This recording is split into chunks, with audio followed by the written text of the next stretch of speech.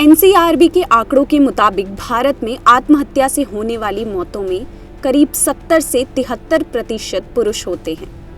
ऐसे में सवाल उठ रहा है कि क्या उनकी शिकायतों और अधिकारों के लिए भी कोई राष्ट्रीय संस्था होनी चाहिए। यही बहस अब संसद तक पहुंच चुकी है। पुणे के चर्चित केतन अग्रवाल मामले के बाद राज्यसभा सांसद अशोक कुमार मित्तल ने मामले पर अपनी प्रतिक्रिया दी और बताया कि उन्होंने संसद में national commission for main bill पेश किया है। The National Commission for Men Bill 2025, Dr. Ashok Kumar Mittal to move for leave to introduce the bill. I move for leave to introduce the bill, the National Commission for Men Bill 2025. Ashok Kumar Mittal का कहना है कि केतन का मामला ये याद दिलाता है कि पुरुष भी पीड़ित हो सकते हैं। उन्हें संस्थागत सहयोग, कानूनी सुरक्षा और एक ऐसा मंच मिलना चाहिए जहां लिंग के आधार पर भेदभाव किए बिना उनकी बात सुनी जा सके।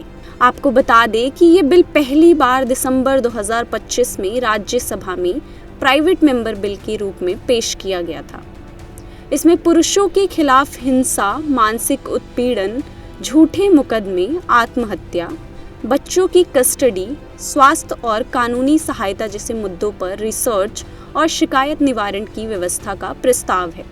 बिल के अनुसार ये आयोग पुरुषों की शिकायतों की सुनवाई करेगा, उनके संवैधानिक और कानूनी अधिकारों से जुड़े मामलों की जांच करेगा, सरकार को नीतिगत सुझाव देगा, कानूनों की समीक्षा करेगा और पुरुषों के मानसिक स्वास्थ्य, पारिवारिक विवाद, घरेलू हिंसा के पुरुष पीड़ितों तथा झूठे मामलों से जुड़े मुद्दों पर अध्ययन और सिफारिशें करेगा। संसद में बिल पेश करते हुए डॉक्टर मित्तल ने कहा कि हाल के कुछ मामले, विशेष रूप से पुणे के केतन अग्रवाल मामले ने ये सवाल खड़ा किया है कि पुरुष भी पीड़ित हो सकते हैं और उनके लिए भी एक संस्थागत शिकायत निवारण व्यवस्था होनी चाहिए।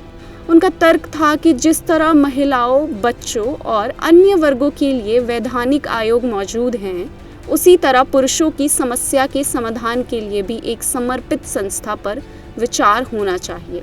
लेकिन सवाल ये भी है कि मौजूदा भारतीय कानूनों में पुरुषों के अधिकार क्या हैं?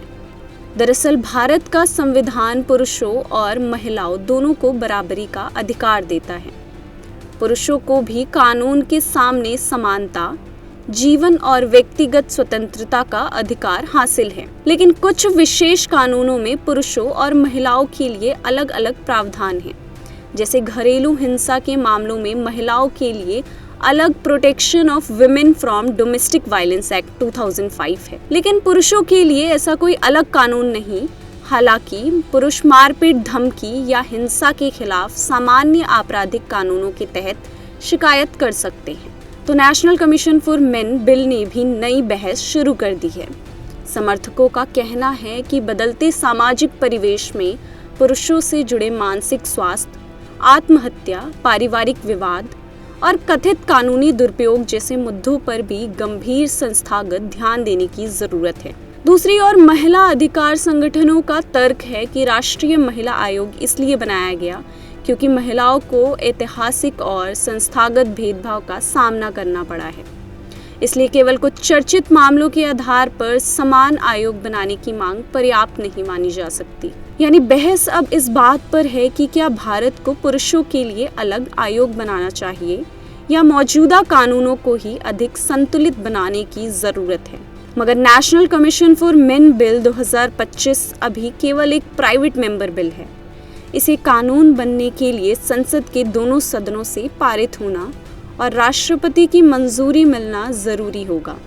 फिलहाल ये एक प्रस्ताव है, कोई लागू कानून नहीं।